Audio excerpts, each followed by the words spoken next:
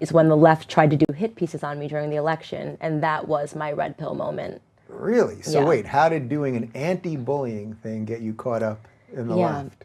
So I don't know if many people that watch this show are familiar with the Gamergate scandal. I certainly wasn't. I think most of my audience is familiar-ish, but like nobody fully gets it, I think. But feel free to take us down that road for a little bit. Yeah, so long story short, that whole scandal is built on a girl named Zoe Quinn who says that she was attacked by anonymous white men on the internet. And people were saying that that wasn't true, and she said that it was. And if they were anonymous, how did she know their skin color? I don't know. If you read the pieces in the media, it's fascinating, you know? Yeah. So I was doing an anti-bullying startup that I was really passionate about, and I got a phone call from her, and I put up basically a 3-minute video on Kickstarter teasing what we were going to do. And I said this one sentence, which was a figure of speech that I think set the alarms off. I said, what we're doing is figuratively lifting the masks up off of trolls. At the time, she was working at Twitter. She was working for Twitter for something called Crash Override Network, and I immediately received an inbox from her on Twitter saying she'd like to talk to me about and try to convince me that the project that I'm doing is bad, which is very interesting. Yeah. So she calls me up, and I have no idea who she is. I don't know what Gamergate is. I don't know what doxing means. And she says, you have to pull your project because people actually don't want to find out who harassed them. She said, I'm a victim, but I never want to know who harassed me on the internet. Like, she was basically arguing a point that didn't make sense. If she was actually harassed on the internet, then obviously my technology would be a godsend because they never figured out who harassed her. And I said, you know, I appreciate the phone call. This isn't really making sense to me. Yeah. You know? It sounds literally the reverse of what you'd think she would have called you to say. Absolutely. Like, she should have been on board with what I was doing. So totally appreciate the phone call, but I'm not going to pull my Kickstarter. And she started crying. And she said, if you don't, it's going to ruin everything. And she told me that she spends time on 4chan because of what she does, and she saw that people were already talking about my project, and if I didn't pull it, these anonymous white men and Trump supporters, you have to remember this was during the election cycle, were going to come after me and dox my family, which essentially means put up their personal information so people can try to kill them. That's what she says. So she said this is what they are going to do. So she was oddly threatening you with being doxed, but it wasn't she that was going to dox you. She thought I was a total moron, I think, you know, and I'm like, okay, I'm not pulling my project. She hangs up the phone crying. Within 2 hours, we were absolutely inundated. About 4,000 emails via Kickstarter, like, you know, nigger, nigger, nigger, die, die, die, you know, pull your project. And they have these super obvious screen names like, you know, Trump or die, you know, Trump 2020, white man behind computer. That's a good one. That guy's always tweeting me. So, and I'm like, is she kidding? All men, by the way. Everyone was like, you know, Dave at, you know, Bob at, no woman. And magically, everything that she tried to warn me about came true within a couple of hours of me refusing to pull my project. So I tweet very quickly, again, not really knowing the bread and butter of the Gamergate scandal. I said, all I can say is that 100% after speaking with Zoe Quinn, this girl was never harassed. She's doing the harassing. And the next morning I woke up, The Guardian, The Washington Post, and New York Magazine were all calling me. I was a nobody with a Kickstarter that was 3 minutes long. Kickstarter pulled my project, and the next day, big media. And in my head, I'm thinking, you know, journalism major, Washington Post, amazing. Like, you know, at that point, I considered myself a liberal, Democrat, if you will.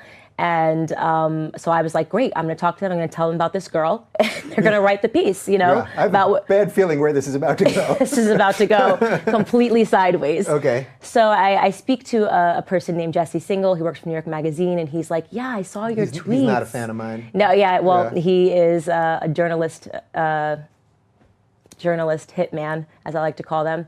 And he speaks to me, he's like, yeah, I saw your tweets. I just wanted to speak to you about what happened, you know, super nice. Yeah, and I tell him everything. I'm like, yeah, you know, Zoe called me up, open and shut case. Obviously, she told me to pull my project. I didn't, and then I got harassed. He instead writes this article, and the tone of it was essentially trying to gaslight me. Oh, you know, she seemed like a nice girl, but she got dragged into this conspiracy theory. Zoe actually is a girl that was harassed, you know. And at that point, I realized, oh my God, like, the media is going to try to kill my project, and these journalists are absolutely lying. So the Washington Post called me, and I had the good sense to actually record it. I just turned on my camera and said, something fishy's here. And this girl was obvious. This girl, Caitlin Dewey, was asking me questions, and she was trying to figure out who was funding us. And her job, or her role, was to cut off the funding, cut off the legs of Social Autopsy so it could never see the light of day. And she started calling around, so I actually got a tip that she had already written the article and she was going to try to smear me. And I essentially went back and forth with the Washington Post. I had caught her in a lie via email versus what she said on the phone, and they pulled the article last second and told me I wasn't important enough to run it anyways when I threatened to sue them. Wow. Yeah. All right, wait, there's so much here, and it's so related to everything, and we haven't even fully got to your political awakening yet. Yeah. So first off, I love that you said they're hitmen. Yes, journalists not are journalists. hitmen. Yep. Yeah. Because the phrase, I mentioned it to you right before we started, I've been saying they're activists, not journalists, but they're hitmen. Absolutely. Is what they really are. There's so many examples of this. That guy you mentioned, it's not even worth mentioning his name again. Yeah. I mean, he's attacked me on Twitter for nonsense, and it's just it's like, you guys, you're not even pretending. No, they are hired, and the higher ups definitely know about it. They are hired to take people out and to take businesses out that, are a threat to them for some reason. And my threat was that they actually thought that I had created technology that was going to unmask trolls. Imagine what that would have done in the heat of the election. Hillary Clinton had millions of followers on Twitter. What if I actually created something and said, actually, that's all coming from, that's like one person, they've created all these accounts. She's actually not winning this election. What if I found out on Twitter that the person that was writing Black Lives Matter saying, die, die, die, nigger, nigger, niggers, was actually someone that worked in Hillary's campaign to create this environment. So they were actually terrified that I created something, that was going to ruin everything.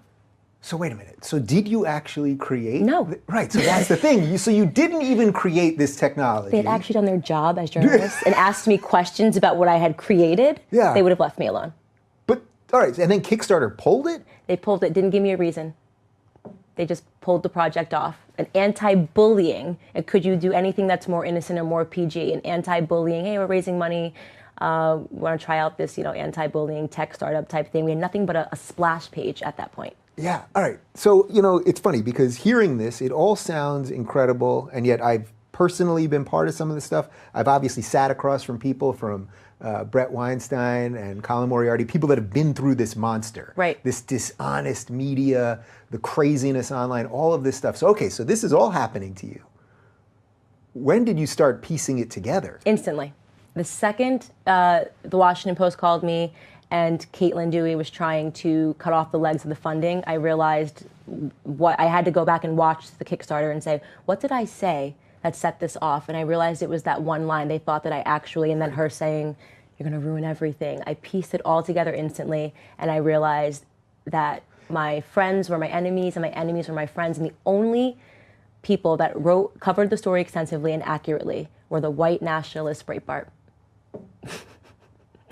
Fascinating, right? These evil alt-right white racists covered a black girl who was trying to do a tech startup being attacked by the media.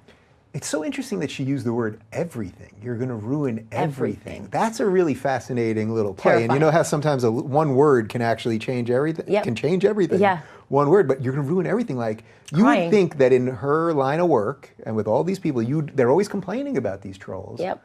You would have been handing them the golden ticket. Right. And I am convinced it's because they are running essentially an anti-marketing firm. Right? So they get people to go online and they can build people up or take them down, or they can get people fired up by pretending that they're white men, you know, and during the election cycle, that was needed. Man, some of this, it's like, I try to deal with things in the most sort of real world way possible, and yet there's a conspiracy element to this, right? Like, and I'm sure you were dealing with that. Like, how far do I want to go down this, and where does this lead me? Terrifying. But yet I see real world examples of this all the time. Like, every now and again, I'll tweet something that might be remotely controversial, or it's usually a joke that someone just takes the wrong way. Right. But then I'll see someone will tell me to, like, go fuck myself or something, and then I'll look and it'll have 50 likes, the response. Now, none of those people follow me. They're all anonymous accounts. Right. And it's like, how did you even see that tweet in the first place? It's not even how Twitter works. Right. So we know that there is some shady shit here, and people, shady stuff happening. It's like, how do we piece all of this together? And think, she was working with Twitter at that time. Like, she was running the anti-harassment chapter at Twitter called Crash Override Network. So, Mamma mia! Essentially, Twitter contacted me. Yeah, in effect. Okay, okay. So now you're waking up to this stuff. You realize it pretty quickly, which is actually a great credit to you, I think. Because I think a lot of people kind of see it, and then you either get scared or you're like, no, I must be doing something wrong or whatever. Okay, so you wake up to all this. How quickly did that jump to the way you thought about politics? Instantly. I mean, I became a conservative overnight. I realized that liberals were actually the racists, that liberals were actually the trolls. And then at the very same time, 'cause you have to remember, this is April 2016. Trump is on the screen saying that the media is lying, that CNN is fake, that all of this, it all began to resonate with me because I realized that everything he was saying was true. So I no longer bought into this idea when they were calling him a racist, a rapist, a white nationalist, everything. I bought none of it because I knew that the media hired hitmen. And they were doing the most ridiculous hit job on Donald Trump from start to finish of his campaign.